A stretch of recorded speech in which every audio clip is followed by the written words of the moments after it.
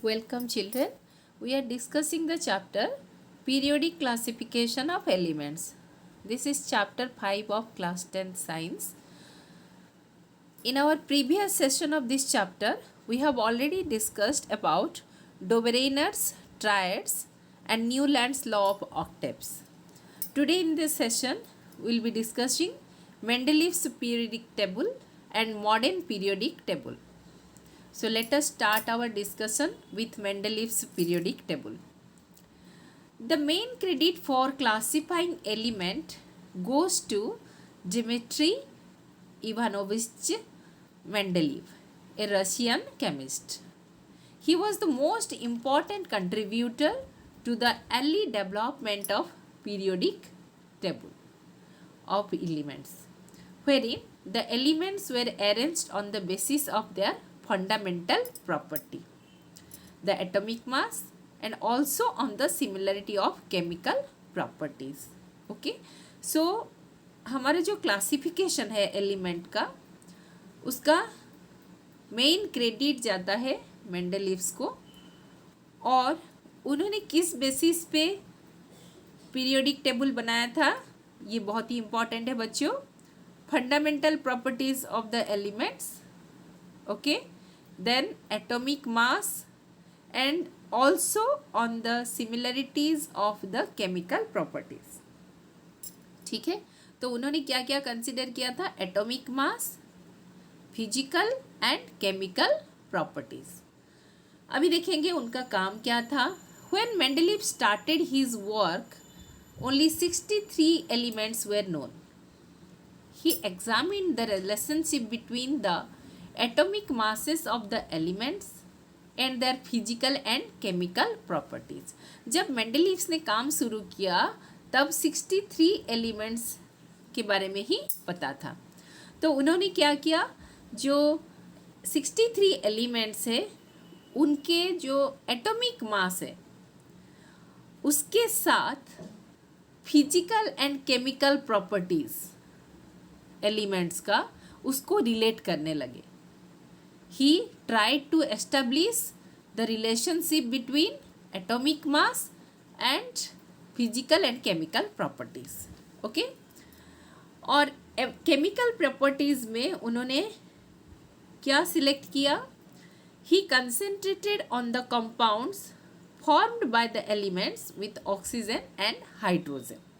Oxygen and hydrogen के साथ elements क्या क्या कंपाउंड बनाते हैं उसमें उन्होंने एम्फासिस दिया. अभी क्वेश्चन ये है कि उन्होंने हाइड्रोजन एंड ऑक्सीजन को ही क्यों चुना. He selected hydrogen and oxygen because they are very reactive and are they formed compounds with most of the elements. ये जो 63 एलिमेंट्स थे उसमें से मैक्सिमम एलिमेंट्स के साथ हाइड्रोजन एंड ऑक्सीजन कंपाउंड बना रहे थे, और उसके अलावा दूसरा कैरेक्टरिस्टिक्स क्या था, हाइड्रोजन एंड ऑक्सीजन सबसे ज़्यादा रिएक्टिव थे. Okay, so the formula of the hydrides and oxides formed by an elements were treated as one of the basic properties of an element for its classification. So this last point children is very very important. So when they react with hydrogen they form hydrides, when they react with oxygen they form oxides. So hydride के साथ और oxygen के साथ oxide form में elements का जो formula है that is treated as the basic properties of the element for the classification. Then he took 63 cards and on each card he wrote down the properties of one element. तो 63 elements थे, उन्होंने हर एक element के लिए एक एक card लिया और उस कार्ड के ऊपर उन्होंने उस एलिमेंट का प्रॉपर्टीज लिख दिया. He sorted out the elements with similar properties and pinned the cards together on a wall. तो जितने सारे एलिमेंट्स का सिमिलर प्रॉपर्टीज मिला उनको एक साथ वॉल में पिन कर दिया. ठीक है, सो मान लो यहाँ पर 3 कार्ड है, 3 एलिमेंट है, जिनका प्रॉपर्टीज सिमिलर है। तो ऐसे ऐसे 3 कार्ड को उन्होंने एक जगह पर पिन कर दिया। फिर यहाँ पर सपोज से 1-2 कार्ड है, ठीक है, तो 2 कार्ड को यहाँ पर ऐसे पिन कर दिया। सो लाइक दिस उन्होंने जिन जिन एलिमेंट्स का सिमिलर प्रॉपर्टीज था उन्हीं एलिमेंट का कैरेक्टरिस्टिक्स कार्ड में लिखने के बाद उसको एक साथ पिन कर दिया। He observed that most of the elements got a place in the periodic table and were arranged in the order of their increasing atomic mass. तो जब ऐसा उन्होंने किया, कार्ड में जब अरेंज किया, सिमिलर प्रॉपर्टीज़ वाले एलिमेंट्स को एक साथ पिनअप किया, उन्होंने ऑब्जर्व किया कि मैक्सिमम एलिमेंट, ये जो 63 एलिमेंट्स थे, ये 63 एलिमेंट्स पूरी तरह पीरियोडिक टेबल में जगह ले चुके हैं। और किस तरह अरेंज्ड है? In the order of their increasing atomic mass. Okay, and it was also observed that there occurs a periodic recurrence of elements with similar physical and chemical properties। और उन्होंने ये भी ऑब्जर्व किया कि पीरियडिकली जो elements है, periodically elements का जो प्रॉपर्टीज़ है वो सिमिलर है, ठीक है। तो ये 2 मोस्ट इम्पॉर्टेंट ऑब्जर्वेशन उन्होंने किया। अभी देखो, ये था मेंडलीव का periodic table and he formulated a law that is called Mendeleev's periodic law. Mendeleev's periodic law states that the properties of elements are periodic functions of their atomic mass। Okay, so element का जो properties है वो किसकी वजह से है? Due to their atomic mass, ठीक है। तो ये टेबल को आप अच्छी तरह ऑब्जर्व करो। इस टेबल में आप क्या देख रहे हो? यहाँ पर आप देख सकते हैं 8 columns are there and 7 rows are there. ऐसे आप, so these are the rows, okay, horizontal rows 1 2 3 4 5 6 7। Okay, so इस तरह उन्होंने 7 हॉरिजॉन्टल रो बनाया और कॉलम कितना बनाया? 1 2 3 4 5 6 7 एंड 8, ठीक है। तो इस तरह उन्होंने टेबल बनाया and this is the periodic table of Mendeleev. तो ये जो हॉरिजॉन्टल रो है, ये हॉरिजॉन्टल रो, इसको उन्होंने नाम दिया पीरियड, और ये जो वर्टिकल कॉलम्स है उसको उन्होंने नाम दिया ग्रुप्स। ओके, तो अभी चलिए देखते हैं उनके पीरियोडिक टेबल का फीचर्स क्या है।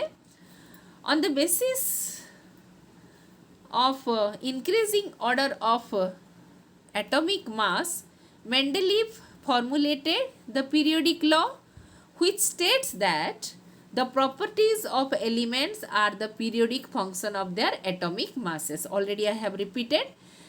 तो मेंडलीव का पीरियोडिक टेबल में वर्टिकल कॉलम को क्या कहा गया? ग्रुप्स, और जो हॉरिजॉन्टल रो था उसको क्या कहा गया? Periods. Already I have shown you in the picture. The groups 1 to 7 had 2 subgroups called A subgroup and B subgroup। हम फिर से डायग्राम में जाएंगे। देखो बच्चों, ग्रुप मतलब क्या है? Horizontal 1 vertical 2 3 4 5 6 7। तो 1 से लेकर 7 ग्रुप तक हर ग्रुप को उन्होंने डिवाइड किया था 2 सब ग्रुप में। As you can see here, each group is divided into 2 sub group, that is A sub group and B sub group, ठीक है। The next group 8 had 3 rows of element. Group 8 देखो बच्चों, ये है group 8। Group 8 में क्या था? 3 rows of element, 3 row element था, ठीक है। नेक्स्ट फीचर हम देखेंगे, elements having similar properties were placed in the same group. जिन एलिमेंट्स का सिमिलर प्रॉपर्टीज था उनको सेम ग्रुप में रखा गया था। जैसे यहाँ पर आप देखोगे lithium, sodium, potassium, rubidium, caesium, ये सब का सिमिलर प्रॉपर्टीज़ है, इसीलिए इनको ग्रुप 1 में रखा गया। बेरिलियम, मैग्नीशियम, कैल्शियम, स्ट्रोंसियम, बेरियम, ये सब का कैरेक्टरिस्टिक्स प्रॉपर्टीज सेम है, इसलिए इनको ग्रुप 2 में रखा गया। तो इस तरह जिन एलिमेंट्स का प्रॉपर्टीज सेम था उनको सेम ग्रुप में रखा गया. And there are some space left vacant in the table to accommodate the elements to be discovered in future. जैसे आपका न्यूलैंड ने सोचा कि उन्होंने जो 56 एलिमेंट्स को एकोमोडेट किया अपने टेबल में, अपने जो ऑक्टेव्स था, तो उनके हिसाब से क्या था, 56 एलिमेंट्स ही है और आगे एलिमेंट्स के बारे में उन्होंने नहीं सोचा. लेकिन मेंडलीव्स ने क्या किया, उन्होंने 63 एलिमेंट्स को तो एकोमोडेट कर दिया, लेकिन इस टेबल में उन्होंने कुछ स्पेस छोड़ दिया. आप देख सकते हैं ये ब्लैंक स्पेसेस है, ये ब्लैंक स्पेस छोड़ दिया for the elements to be discovered. Future में अगर कोई एलिमेंट डिस्कवर होगा तो उसको यहाँ पर एकोमोडेट कर दिया जाएगा. और फ्यूचर में एलिमेंट जो डिस्कवर हुआ वो भी एकोमोडेट हो गया यहाँ पर. ठीक है, नेक्स्ट हम देखेंगे merits of Mendeleev's periodic table. What are the merits, इनका एडवांटेज क्या था. Elements were classified on a more fundamental basis of their atomic masses and properties. ठीक है, this is the first advantage. Second advantage था spaces were left vacant to accommodate the elements to be discovered in future. Future में अगर कोई element discover होगा तो उसके लिए भी उन्होंने स्पेस, खाली जगह रख दिया था. It could predict the properties of the elements which helped in the discovery of the new element. क्योंकि देखो बच्चों यहाँ पर उन्होंने स्पेस छोड़ दिया था, तो इसका हमको एटॉमिक मास पता है, तो नेक्स्ट एटॉमिक मास क्या हो सकता है, तो उसके हिसाब से हमको एलिमेंट, जो केमिस्ट थे, केमिस्ट को दूसरे एलिमेंट को डिस्कवर करने में हेल्प किया. ठीक है, so this is the third advantage. The next, the inert gas element discovered later could be placed in a separate group without disturbing the table. तो फ्यूचर में जब नोबेल गैस एलिमेंट्स का discover हुआ, उस discovery के बाद उसको भी केमिस्ट ने पीरियोडिक टेबल में रखने की कोशिश किया. तो जब उन्होंने पीरियोडिक टेबल में इंट्रोड्यूस किया तो देखा गया कि without disturbing Mendeleev's periodic table, इसको डिस्टर्ब किए बगैर उसको एक सेपरेट कॉलम में उसको रखा जा सकता है. ठीक है, तो ये है, देखो बच्चों, this is the periodic table of elements based on Mendeleev's periodic law. ये देखो आपका जो यहाँ पर है ब्लू कलर में दिखाई दे रहा है, आपका ग्रीन कलर जो है, वो ग्रीन कलर में जो आपको दिखाई दे रहा है वो सारे मेंडलीव्स को पता था 63 एलिमेंट्स थे. लेकिन बाद में देखो ये 0 ग्रुप एलिमेंट्स डिस्कवर हुआ. ये जो रेड कलर में दिया हुआ है ये सारे एलिमेंट्स बाद में डिस्कवर हुए, जो कि मॉडर्न पीरियोडिक टेबल में इसको इंक्लूड कर दिया गया. ठीक है, अभी हम देखेंगे कि मेंडलीव्स पीरियोडिक टेबल में क्या क्या डिफेक्ट्स थे. फर्स्ट डिफेक्ट था कि some elements are not arranged in the increasing order of their atomic mass. कुछ एलिमेंट्स थे जो कि उनके increasing order of atomic mass में अरेंज्ड नहीं थे.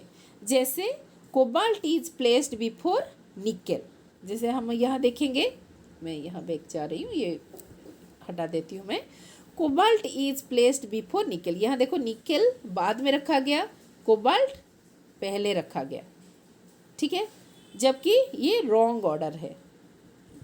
ठीक उसी तरह टेलेरियम इज प्लेस्ड बिफोर आयोडीन. तो इस तरह ऐसे काफ़ी सारे एलिमेंट्स पाए गए जिसका ऑर्डरली प्लेसमेंट नहीं हुआ था, according to increasing atomic mass arrangement नहीं हुआ था. ये एक डिसएडवांटेज था. देन दूसरा डिफेक्ट था पोजीशन ऑफ हाइड्रोजन. उन्होंने क्या किया था, हाइड्रोजन को कहाँ प्लेस किया था, फर्स्ट ग्रुप. ये देखो बच्चों, ये है फर्स्ट ग्रुप. ठीक है, फर्स्ट ग्रुप में उन्होंने हाइड्रोजन को प्लेस कर दिया. लेकिन फर्स्ट ग्रुप में आप क्या देख रहे हो, लिथियम से लेकर फ्रोंसियम तो उन्होंने उनके टाइम में डिस्कवर नहीं हुआ था. So lithium, sodium, potassium, copper, rubidium, caesium, तो सेलेनियम। तो इतने में ये सब क्या है, अल्काली मेटल। उन्होंने हाइड्रोजन को अल्काली मेटल के साथ रख दिया, जबकि हाइड्रोजन का प्रॉपर्टी किसके साथ मैच होता है, हैलोजन के साथ। हैलोजन कहाँ है बच्चों, हैलोजन है 7th ग्रुप, ठीक है। So this is halogen, okay, so this is halogen. तो हैलोजन के साथ हाइड्रोजन का सम सिमिलरिटीज आर देयर, ऐसे तो हम नहीं बोलेंगे पूरी तरह सिमिलर था, सम सिमिलरिटीज 7th ग्रुप के साथ था, जबकि हाइड्रोजन को 7th में डालना था, उसके बदले उन्होंने अल्काली मेटल के साथ डाल दिया, जिसके साथ उनका कोई सिमिलरिटीज नहीं था, ठीक है। और उन्होंने क्यों हाइड्रोजन को वहाँ पर रखा उसको भी वो एक्सप्लेन नहीं कर पाए। Next, position of isotopes. Isotope क्या है, elements having same atomic number, यानी same number of proton but different atomic mass are known as isotopes. Element जिनका एटॉमिक नंबर सेम होता है बट एटॉमिक मास डिफरेंट होता है, उसको आइसोटोप कहा जाता है। मेंडेलीव के बाद आइसोटोप का डिस्कवरी हुआ, लेकिन उन्होंने कोई स्पेस नहीं रखा था आइसोटोप को एकोमोडेट करने के लिए। उन्होंने आइसोटोप्स के बारे में सोचा ही नहीं, इसीलिए बाद में जब आइसोटोप्स का डिस्कवरी हुआ तब it becomes a very big challenge for the chemist to accommodate the isotopes in the Mendeleev's periodic table without disturbing it. उसको डिस्टर्ब किए बगैर उसको प्लेस करना बहुत मुश्किल हो गया, ठीक है। अच्छा, अभी हम देखेंगे बच्चों मॉडर्न पीरियोडिक लॉ, क्योंकि मेंडेलीव का पीरियोडिक टेबल में काफ़ी सारे डिसएडवांटेज थे, डीमेरिट्स थे, डिफेक्ट्स थे, इसीलिए उसको बेस बनाया गया। लेकिन उस बेसिस पे एक नया and advance form of periodic table was formulated और उसको कहा गया मॉडर्न पीरियोडिक टेबल। और सबसे पहले हम पढ़ेंगे मॉडर्न पीरियोडिक लॉ क्या था। Modern periodic law states that the properties of elements are periodic function of their atomic number. अभी डिफरेंस क्या है Mendeleev's periodic law and modern periodic law में? मेंडेलीव ने कहा कि the properties of elements are periodic function of their atomic mass, लेकिन modern periodic law कहता है कि the properties of elements are periodic function of their atomic number, यानी number of proton को इसने इम्पोर्टेंस दिया। अभी मॉडर्न पीरियोडिक टेबल को हम डिटेल्स में पढ़ने से पहले कुछ आपका जो नॉलेज है उसको थोड़ा रिकैप कर लेते हैं।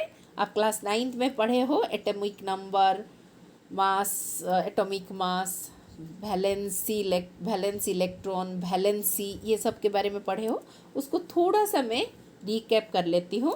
सबसे पहले हम देखेंगे atomic number. Atomic number is defined as the total number of protons present in the nucleus of an atom. आपको पता है कि हर एक एटम का सेंटर में न्यूक्लियस होता है और उस न्यूक्लियस के चारों तरफ ऑर्बिट्स होते हैं और ये ऑर्बिट्स में क्या होते हैं, इलेक्ट्रॉन होते हैं, ठीक है। तो न्यूक्लियस में क्या होता है, न्यूक्लियस में न्यूट्रॉन एंड प्रोटॉन, न्यूक्लियस में न्यूट्रॉन एंड प्रोटॉन होते हैं। प्रोटॉन जो कि पॉजिटिवली चार्ज होता है, न्यूट्रॉन जो कि न्यूट्रल होता है, यानी उसका चार्ज 0 होता है। और उसके चारों तरफ, न्यूक्लियस के चारों तरफ ऑर्बिट्स होते हैं, उस ऑर्बिट में इलेक्ट्रॉन होते हैं और इलेक्ट्रॉन्स आर नेगेटिवली चार्ज्ड, ठीक है। तो अभी हम देखते हैं थोड़ा एटॉमिक नंबर के बारे में, थोड़ा डिटेल्स में पढ़ेंगे। So atomic number is defined as the total number of protons present in the nucleus of an atom and it is denoted by Z. Atoms of two different elements will always have different number of proton. मान लो हम लेंगे lithium, okay, and sodium, ये दोनों का proton का number हमेशा different रहेगा, इसीलिए इनका एटॉमिक नंबर डिफरेंट रहेगा। ठीक है। Atoms of same element have same number of protons and thus they have same atomic number, that is Z. In fact, elements are defined by the number of protons they possess. जैसे hydrogen में एक ही proton है, Z is equal to 1. So hydrogen का nucleus में कितने proton है? 1 proton है। तो हाइड्रोजन को हम डिफाइन करेंगे कि इसका एटॉमिक नंबर 1 है। ठीक है। अभी हम देखेंगे, हमने आपको बताया कि न्यूक्लियस के चारों तरफ ऑर्बिट्स होते हैं, उस ऑर्बिट को कहा जाता है शेल, और उस सेल में इलेक्ट्रॉन्स डिस्ट्रीब्यूट होते हैं।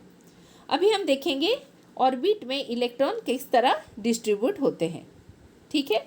अब देखिए, it is the arrangement of electron in atomic orbitals. Centre में आप देख सकते हैं न्यूक्लियस है, उसके बाद जो न्यूक्लियस के चारों तरफ जो सेल है, देखिए ये सेल, इसको कहा जाता है के सेल।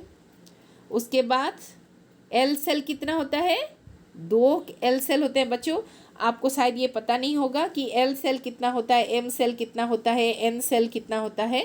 तो के सेल 1 होता है, एल सेल 2 होता है उसके चारों तरफ, और एम सेल 3 होता है, एन सेल 4 होता है। मैं रिपीट कर रही हूँ बच्चों, ध्यान से देखो। सेंटर में न्यूक्लियस होता है एटम का, न्यूक्लियस में प्रोटॉन जिसको जेड से डिनोट किया जाता है, और दूसरा होता है neutron. Nucleus is positively charged due to presence of proton. उसके बाद उसके चारों तरफ ऑर्बिट्स होते हैं, उस ऑर्बिटल्स में ये जो डॉट आप देख रहे हैं, दीज आर द इलेक्ट्रॉन्स, ये इलेक्ट्रॉन्स होते हैं। अभी हम देखेंगे कितने शेल होते हैं एक एटम का, हो सकते हैं मैक्सिमम कितने शेल हो सकते हैं और कितने नंबर में होते हैं, उसको हम अभी देखेंगे। अभी देखिए आप, फर्स्ट सेल है के सेल। के सेल कितना होता है? 1, प्लीज़ नोट इट डाउन। के बाहर होता है एल सेल। एल सेल कितना होता है? 2। उसके बाहर होता है एम सेल। एम सेल कितना होता है? 3। उसके बाहर होता है एन सेल। एन सेल 4 होते हैं। इतना बच्चों आपको याद रखना है। उसके बाद हम देखेंगे रूल्स फॉर इलेक्ट्रॉन डिस्ट्रीब्यूशन। ये जो हमने आपको शेल बताया, KLMN शेल बताया, उस सेल में कितने इलेक्ट्रॉन रह सकते हैं, इसका एक फॉर्मूला होता है, इसका जानना जरूरी है। N orbit can have a maximum of 2n square. This is not 2 children, it is square. while typing it mistakenly it has written n2, so 2n square electron, ये है 2n square electron। ठीक है, ये क्या है मैं आपको इस टेबल में बताऊंगी। Orbits are filled from inside to outside. अभी देखो न्यूक्लियस है, न्यूक्लियस के चारों तरफ मान लो ये के सेल है, जो मान लो हमको इलेक्ट्रॉन 8 है, 8 है, तो हम पहले क्या करेंगे, के सेल को फील करेंगे। तो के सेल में कितना रहेगा? 2 रहेगा। कैसे? What is the formula? Formula is 2n square. 2n square मतलब क्या है? This is the first shell, so it is 2 into 1 square. Okay, यहाँ आप देख रहे हैं 2 into 1 to the power 2, so 1 square means 1 only, so यहाँ पर 2 इलेक्ट्रॉन रह सकता है। सो के सेल में 2 इलेक्ट्रॉन। उसके बाद हम देखेंगे एल में।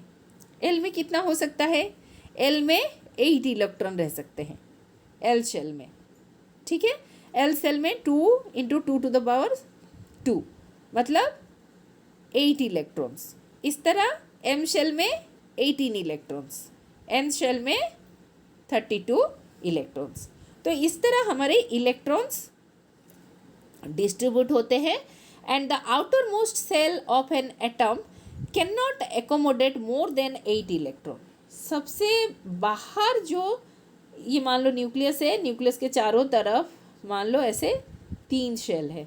सबसे बाहर जो सेल है, इस सेल में 8 से ज़्यादा इलेक्ट्रॉन नहीं रह सकते।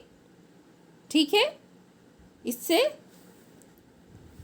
8 से ज़्यादा इलेक्ट्रॉन नहीं रह सकते। 8 इलेक्ट्रॉन रह गया मतलब ये स्टेबल हो गया। ओके, और ये आप जानते हो कि this is octet rule. Okay, so every atom has capacity to accommodate maximum 8 electron in its outermost orbit or outermost cell. Okay, and that is called octet rule. अभी देखो कुछ एग्जाम्पल यहाँ मैं दे रही हूँ आपको। हाइड्रोजन, हाइड्रोजन का कितना है बच्चों, देखो n is equal to 1। What is the rule, rule क्या है, 2n square. So is equal to क्या होगा, 2 इंटू 1। ओके, सो यहाँ पर बच्चों आपका हाइड्रोजन जो है उसका एक ही इलेक्ट्रॉन है। यहाँ 2n स्क्वेयर है, लेकिन इसमें 2 एकोमोडेट कर सकता है, लेकिन हाइड्रोजन का कितना है, एक ही है। तो इसको और एक इलेक्ट्रॉन चाहिए स्टेबल होने के लिए। उस तरह हम देख सकते हैं हीलियम में। हीलियम में क्या है बच्चों, देखो 2 इलेक्ट्रॉन है, सो ये फुलफिल्ड है। उसके बाद आप देखो लिथियम, लिथियम का आउटर मोस्ट में कितना इलेक्ट्रॉन है, 1 इलेक्ट्रॉन है। कार्बन का आउटर मोस्ट में कितना है, 4 इलेक्ट्रॉन है, आप देख सकते हो 4 इलेक्ट्रॉन है। बोरॉन में आउटर मोस्ट में कितना है, 1 2 3 इलेक्ट्रॉन है। बेरिलियम में आउटर मोस्ट में 2 इलेक्ट्रॉन है। तो इस तरह इलेक्ट्रॉनिक कन्फिग्रेशन होता है। हाइड्रोजन का एटॉमिक नंबर, ये फिर मैं एटॉमिक नंबर के साथ कन्फिग्रेशन को कोरिलेट करूँगी। तो हाइड्रोजन का एटॉमिक नंबर होता है 1, यानी n इज इक्वल टू 1 और z इज इक्वल टू 1 आप ले सकते हो 1। तो इसका पहला शेल रहेगा, only k shell will be there, और k शेल में एक ही इलेक्ट्रॉन रहेगा। हीलियम में क्या है, इसका एटॉमिक नंबर 2 है। सो इसका इलेक्ट्रॉन, नॉट एटॉमिक नंबर, इसका इलेक्ट्रॉन 2 है। तो 2 इलेक्ट्रॉन के सेल में ही रह जाएंगे, क्योंकि के सेल का कैपेसिटी है कि ये मैक्सिमम 2 रख सकता है। लेकिन लिथियम में 3 इलेक्ट्रॉन है। 3 इलेक्ट्रॉन को वो कैसे रखेगा, के में 2 रखेगा और एल में 1 रखेगा। तो इसका आउटर मोस्ट ऑर्बिट में 1 इलेक्ट्रॉन रहेगा। तो इस तरह carbon, boron, beryllium and other elements में भी इस तरह हम कन्फिग्रेशन बना सकते हैं। अभी बच्चों सबसे ज़्यादा कन्फ्यूजन आप लोगों का होता है वैलेंसी क्या है एंड वैलेंस इलेक्ट्रॉन क्या है। इसको मैं आपको आज अच्छी तरह बताऊंगी। वैलेंस इलेक्ट्रॉन, सबसे पहले हम देखेंगे valence electron. Valence electrons are the electrons in the outer most orbit of an atom. Okay, तो यहाँ पर हम इस पिक्चर में फिर से जाएंगे। देखो बच्चों, ये है आपका, सपोज से कार्बन ले रहे, कार्बन का वैलेंस इलेक्ट्रॉन कितना, 1 2 3 4।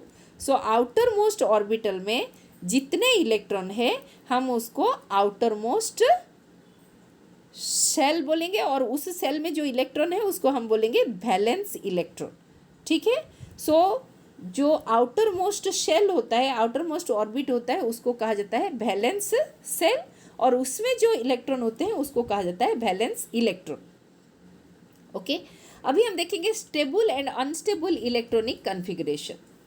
If K shell is outer most shell, मान लो न्यूक्लियस के बाद K shell is the outer most shell.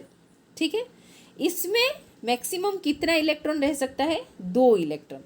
अगर 2 इलेक्ट्रॉन है तो हम उसको बोलेंगे कि ये स्टेबल इलेक्ट्रॉनिक कन्फिग्रेशन इसका है। अगर इसमें 1 इलेक्ट्रॉन है तो हम इसको बोलेंगे अनस्टेबल।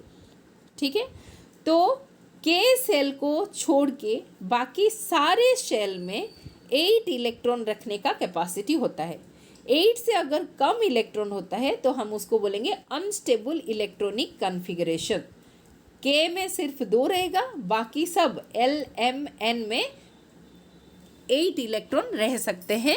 उससे अगर कम रहता है तो उसको अनस्टेबल ऑर्बिटल कहा जाएगा, अगर 8 रहता है तो उसको स्टेबल ऑर्बिटल कहा जाएगा। ठीक है, so atoms do chemical reactions with each other to achieve stable electronic configuration. अभी देखो बच्चों, हमने हाइड्रोजन लिया, हाइड्रोजन का कितना इलेक्ट्रॉन है, हाइड्रोजन का तो 1 ही इलेक्ट्रॉन है। तो ये 1 इलेक्ट्रॉन है के सेल में, मतलब ये स्टेबल नहीं है। इसको स्टेबल होने के लिए क्या करना पड़ेगा, इसको किसी दूसरे एलिमेंट के साथ रिएक्ट करना पड़ेगा ताकि उससे ये एक इलेक्ट्रॉन ला सके और इसका 2 इलेक्ट्रॉन हो जाएगा और ये स्टेबल हो जाएगा। Then noble gases helium, neon, argon, krypton, xenon and radon, ये जो होते हैं एलिमेंट्स बच्चों, दे आर इनर्ट, क्योंकि इनके जो आउटर मोस्ट ऑर्बिट होते हैं उस आउटर मोस्ट ऑर्बिट में 8 इलेक्ट्रॉन्स होते हैं।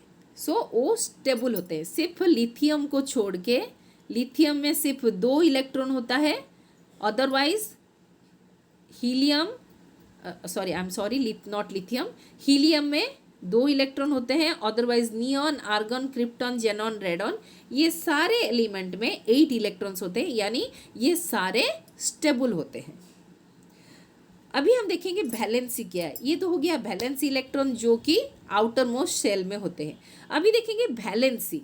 Valency of an element is the number of electrons that its atoms should give away or take to attain stable electronic configuration। इसका मतलब क्या है बच्चों, हम यहाँ एक डायग्राम आपको दे रहे हैं, इस डायग्राम से हम आपको समझाएंगे।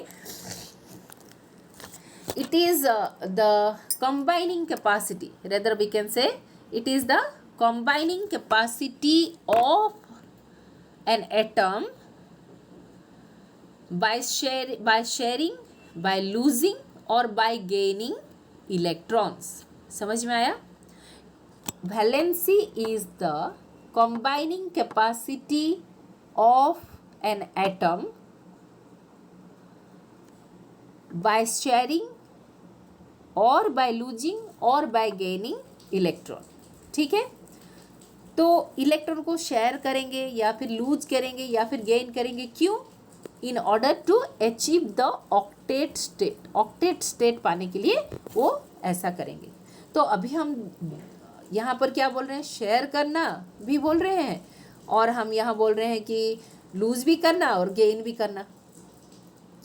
तो कुछ एटम होते हैं बच्चों जो कि लूज करके स्टेबल होते हैं, कुछ एटम होते हैं गेन करके स्टेबल होते हैं, और कुछ एटम्स होते हैं जो शेयर करके स्टेबल होते हैं। अभी देखो हम आपको दिखाएंगे सोडियम। ये पहला केस देखो, सोडियम में सोडियम का वैलेंसी हम कैसे डिटरमाइन करेंगे। देखो बच्चों, सोडियम का एटॉमिक नंबर कितना है, 11। इसका एटॉमिक नंबर है 11। इसका इलेक्ट्रॉनिक कॉन्फ़िगरेशन देखो, के सेल में कितना इलेक्ट्रॉन रहा, 2। एल सेल में कितना रहा, 2, 4, 6, 8, तो कितना हो गया, 10 हो गया। अभी एम सेल में फिर दूसरा एल होगा ना, एल का 2 होता है, नेक्स्ट एल में कितना रहा, 1 इलेक्ट्रॉन रहा। तो इसको ऑक्टेट फुलफिल करने के लिए कितना इलेक्ट्रॉन चाहिए, 7 और इलेक्ट्रॉन चाहिए। लेकिन कोई 7 इसको देगा क्या, क्यों नहीं दे सकता? क्योंकि अगर कोई 7 इलेक्ट्रॉन देता है तो उसको उतना एनर्जी लॉस करना पड़ेगा। जितना इलेक्ट्रॉन किसी एटम से रिलीज होते हैं उतना एनर्जी उसका लॉस होता है।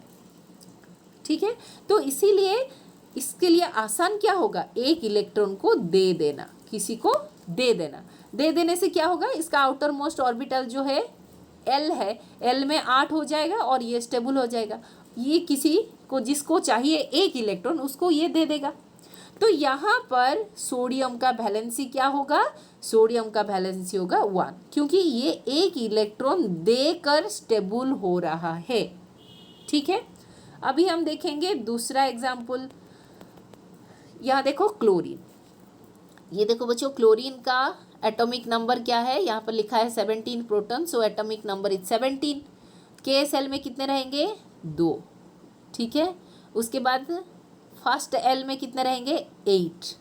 देन सेकेंड एल में कितने रहेंगे, 7। तो इसका बाहर आउटर मोस्ट ऑर्बिट में कितने इलेक्ट्रॉन रहा, 1, 2, 3, 4, 5, 6, 7 इलेक्ट्रॉन यहाँ पर रहा। तो इसको स्टेबल होने के लिए और कितना इलेक्ट्रॉन चाहिए, 1 इलेक्ट्रॉन चाहिए। तो 1 इलेक्ट्रॉन लेना आसान होगा या 7 इलेक्ट्रॉन दे देना आसान होगा? 7 इलेक्ट्रॉन किसी को देने के लिए इसको बहुत एनर्जी खर्च करना पड़ेगा, इसीलिए ये 7 इलेक्ट्रॉन देना इसके लिए बहुत मुश्किल का काम है। इसीलिए इसके लिए आसान क्या है, किसी और से ये 1 इलेक्ट्रॉन ले लेगा, लेने से इसका आउटर मोस्ट ऑर्बिट में 8 हो जाएगा और ये स्टेबल हो जाएगा। तो यहाँ पर क्लोरीन का वैलेंसी 7 नहीं होगा, इसका वैलेंसी क्या होगा, 1 होगा। लेकिन वैलेंसी इलेक्ट्रॉन कितना होगा, वैलेंस इलेक्ट्रॉन होगा 7।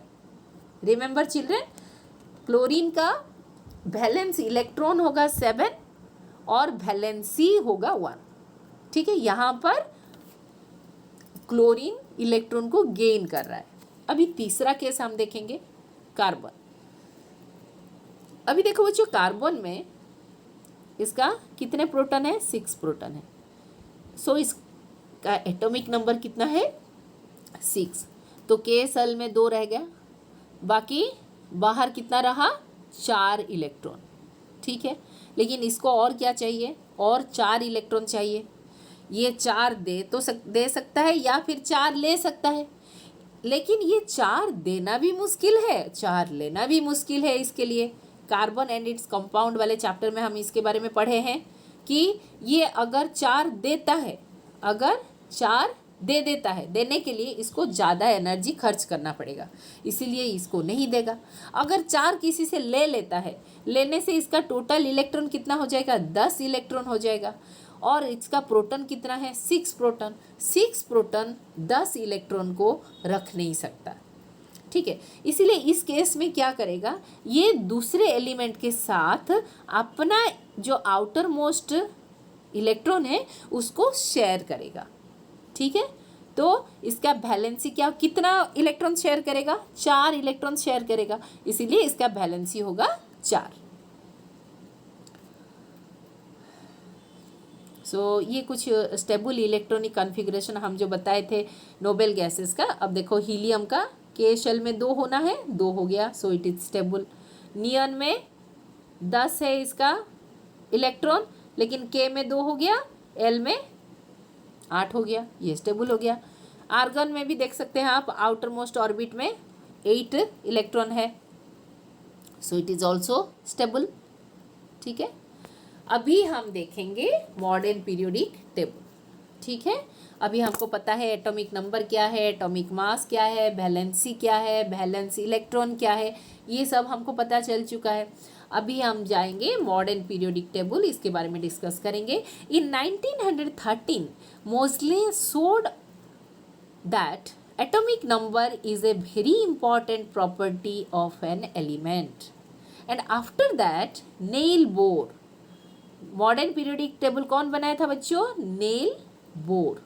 ओके, उन्होंने एटॉमिक नंबर को बेस बनाकर एक पीरियोडिक टेबल बनाया जिसका नाम था मॉडर्न पीरियोडिक टेबल।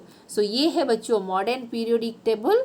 इस मॉडर्न पीरियोडिक टेबल का हम अभी फीचर्स पढ़ेंगे। अभी देखेंगे basic concepts of modern periodic table.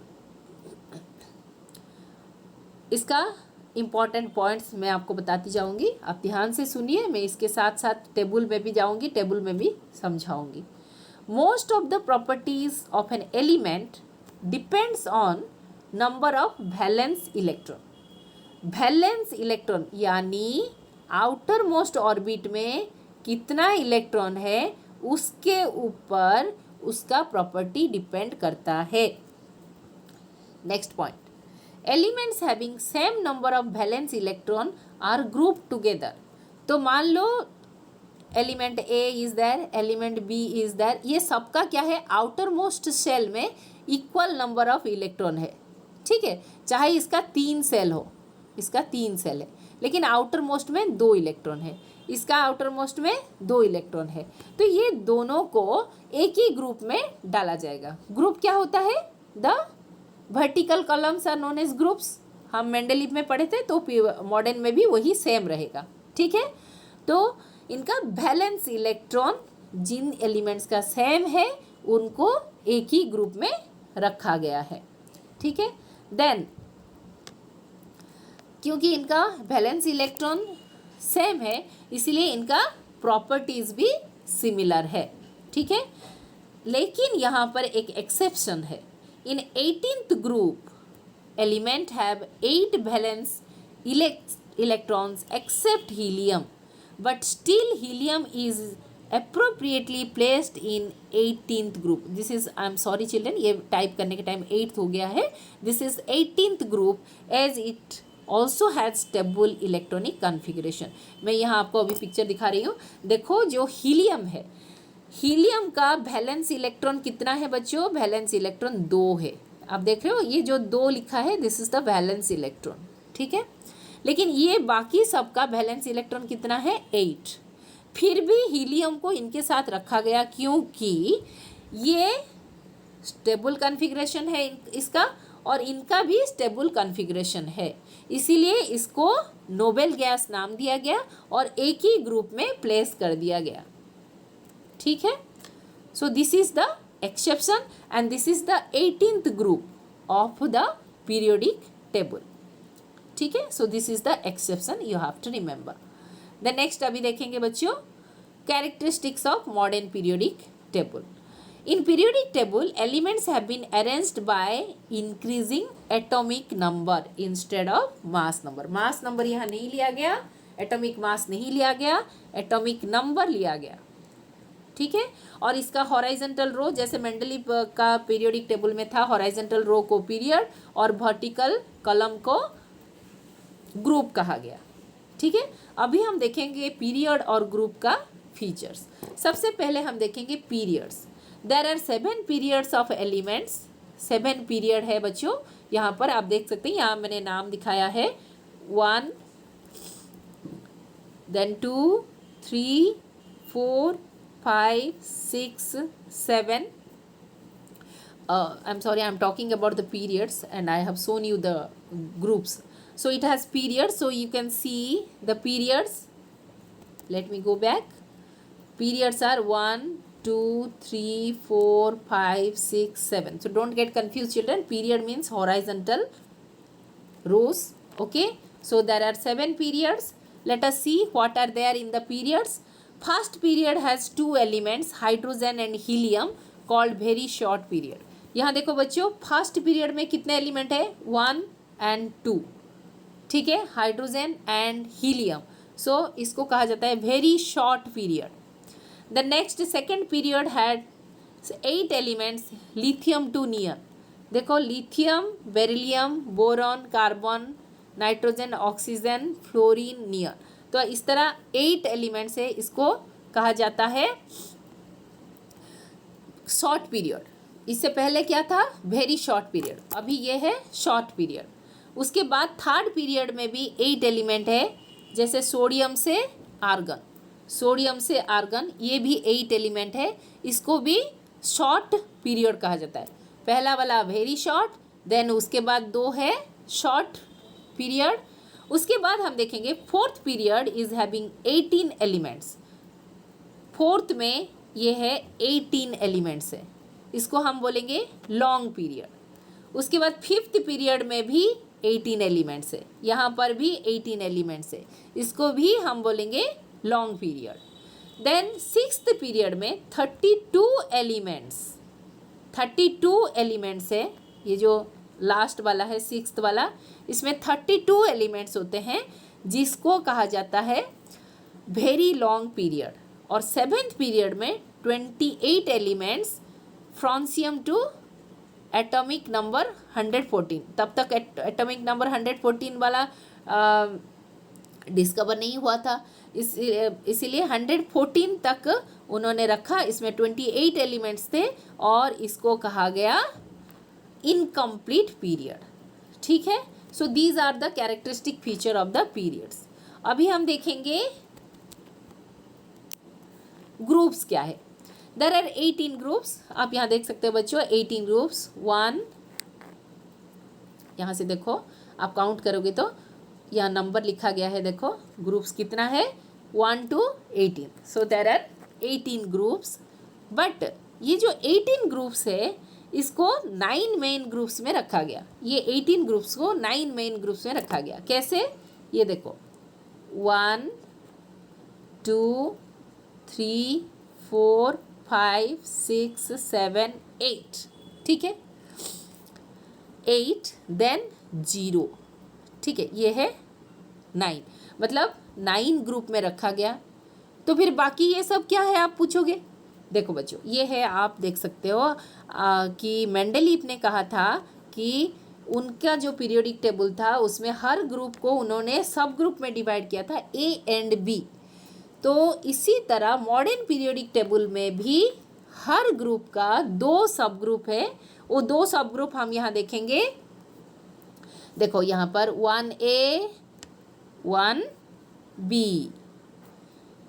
2A 2B, 3B 3A, 4B 4A, 5B 5A, 6A 6B, 7A 7B, then 8B में 3 rows of elements are there, जैसे पहले था वैसे ही है।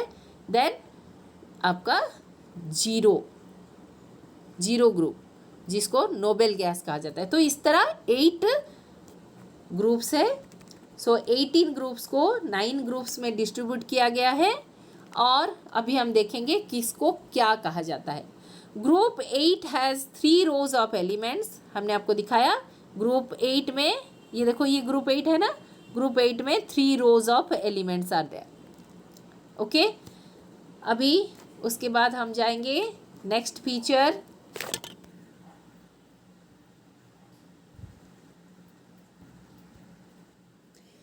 नेक्स्ट फीचर बच्चों जाएंगे यहाँ पर, the A sub group elements are called normal element. A sub group, जितने सारे ए, 1A 2A 3A, देखो यहाँ 3A 4A, इसको हम बोलेंगे नॉर्मल एलिमेंट्स, ठीक है। B sub group elements are called transition element. B sub group मतलब बी, 1B, अब देखो यहाँ पर 1B है, 2B 3B, ये सब ट्रांजिशन एलिमेंट्स है। Lanthanides and actinides are called inner transition elements.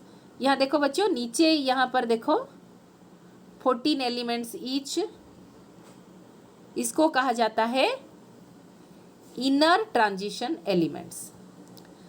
Then group 1A elements are called alkali metal. 1A यानी सिर्फ हाइड्रोजन को छोड़ के बाकी सबको क्या कहा जाता है, अल्काली मेटल। ये है अल्काली मेटल, लिथियम से फ्रांसियम तक, ठीक है। नेक्स्ट उसके बाद हम देखेंगे group 2A elements are called alkaline earth metal. Group 2A का मेटल्स को कहा जाता है अल्कालाइन अर्थ मेटल। उसके बाद है ग्रुप 7A यानी ग्रुप 17 जो है उसको हम बोलेंगे हैलोजेंस। ग्रुप 7A देखो बच्चों, यहाँ पर fluorine, chlorine, bromine, iodine and astatine, so ये है हैलोजेंस। उसके बाद हम देखेंगे ग्रुप 18 जिसको 0 ग्रुप कहा जाता है, दैट इज नोबेल गैस, ठीक है। इतना बच्चों आपको याद रखना है।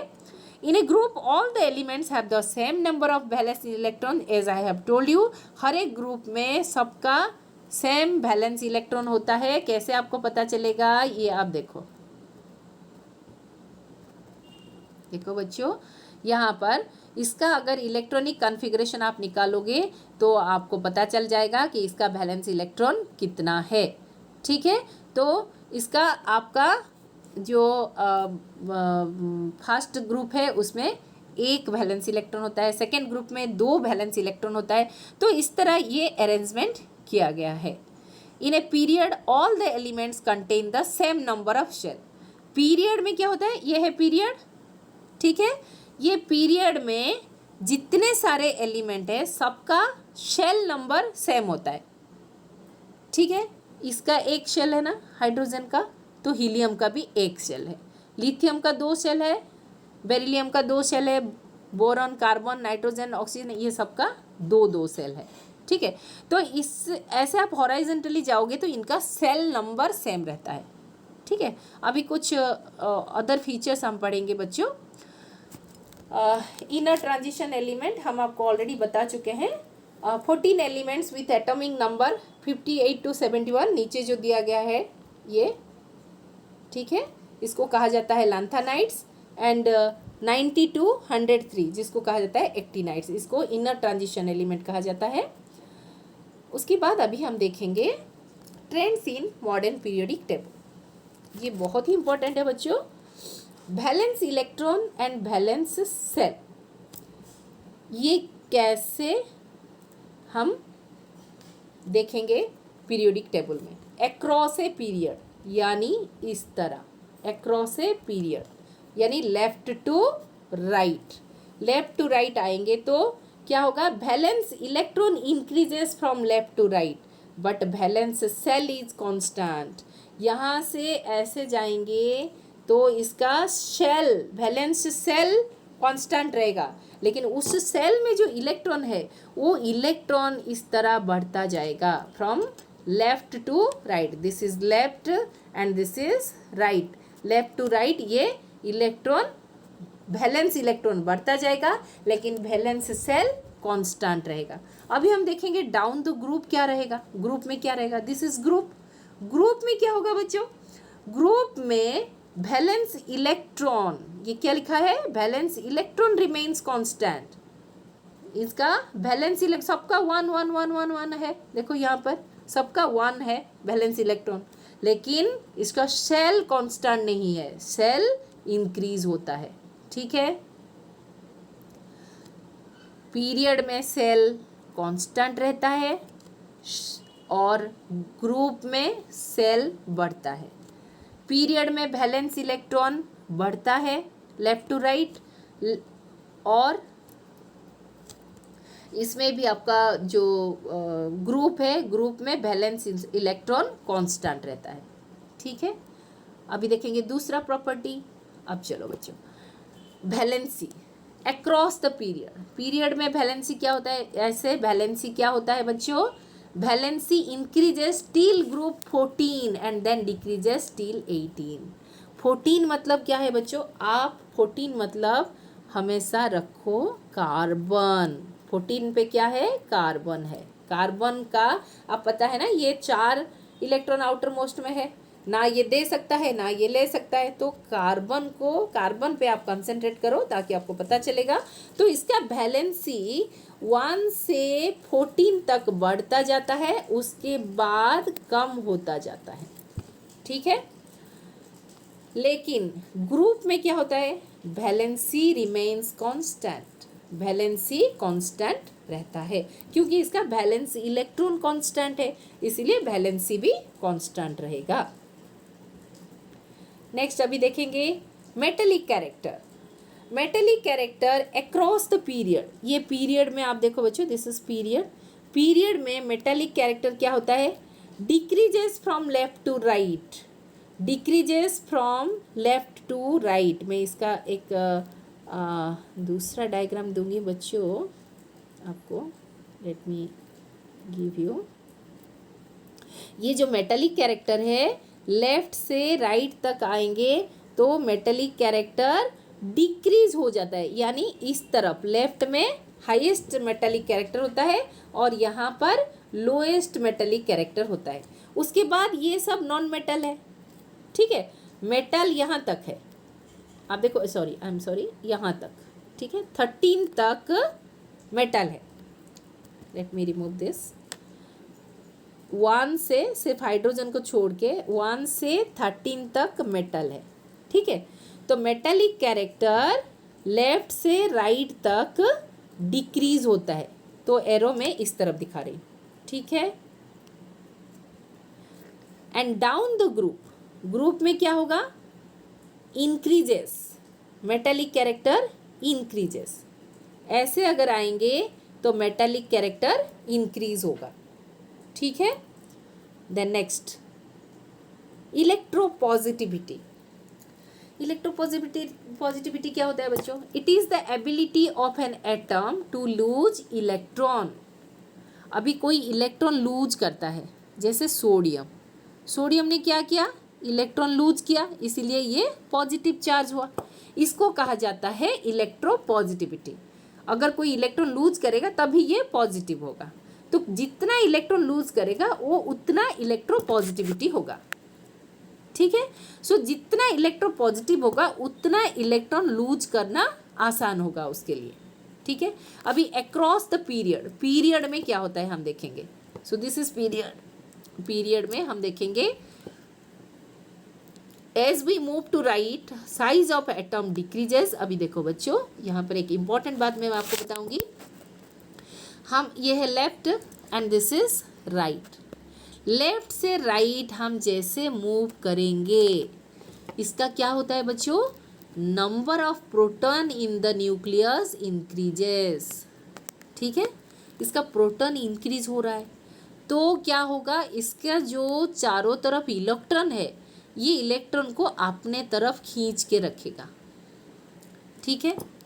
ये जब इलेक्ट्रॉन को अपने तरफ खींच के रखता है,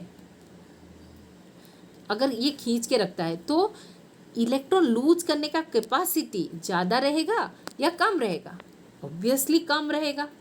इसीलिए electropositivity across a period decreases, मतलब लेफ्ट साइड में ज़्यादा रहेगा, राइट साइड में कम रहेगा। समझ में आया बच्चों? क्योंकि लेफ्ट से राइट हम जब जाते हैं नंबर ऑफ प्रोटॉन इंक्रीज होता है, जितना प्रोटॉन इंक्रीज होगा उतना इलेक्ट्रॉन को वो टाइटली पकड़ के रखेगा और इलेक्ट्रॉन को लूज मतलब निकलने नहीं देगा, इसलिए वो पॉजिटिविटी होने का चांस कम होता जाएगा। सो लेफ्ट टू राइट जैसे जाएंगे इलेक्ट्रोपॉजिटिविटी डिक्रीज हो जाएगा। अभी डाउन द ग्रुप देखेंगे, as we move down in group size of the atom increases. अभी हम ग्रुप में जब जाएंगे बच्चों, ये ग्रुप में जाएंगे, ग्रुप में जाने से क्या होता है, शेल बढ़ता है ना, के सेल, एल सेल, फिर दूसरा L shell, then M shell, तो ये धीरे धीरे शेल बढ़ता है तो इसका एटम का साइज बढ़ जाता है।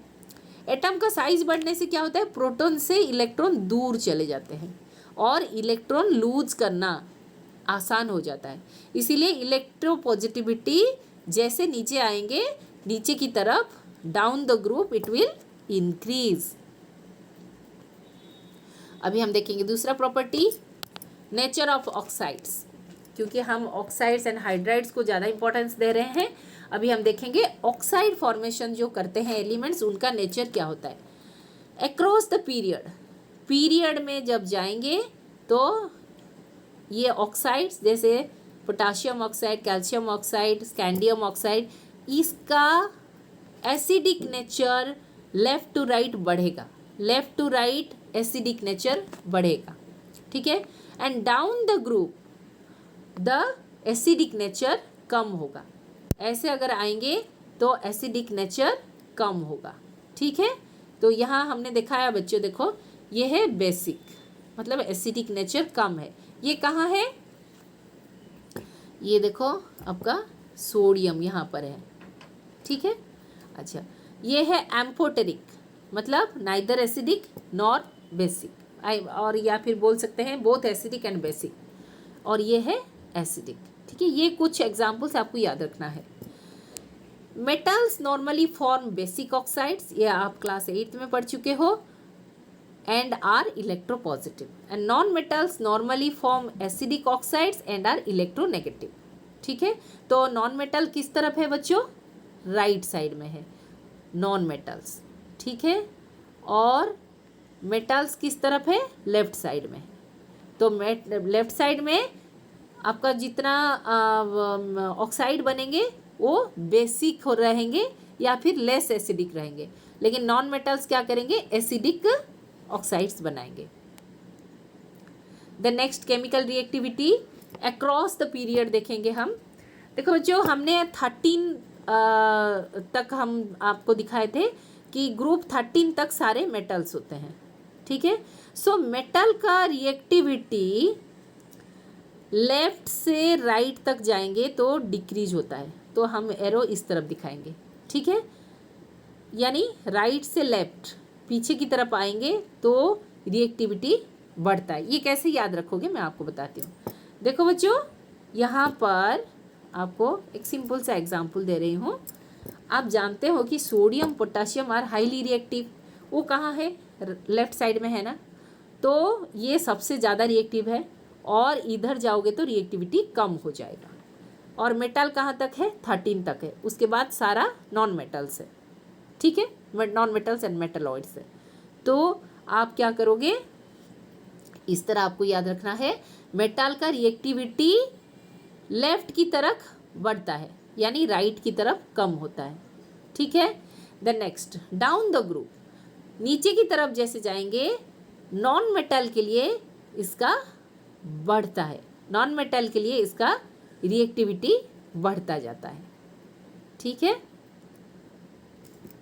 द नेक्स्ट हम देखेंगे एक कंसोलिडेटेड पीरियोडिक टेबल बच्चों, जिसमें आप देख सकते हो डोबेनियर्स ट्रायड है, ये एक ट्रायड है और यहाँ पर तीनों पीरियोडिक टेबल को दिखाया गया है कंपैरेटिवली, क्या लैक्यूना था क्या था।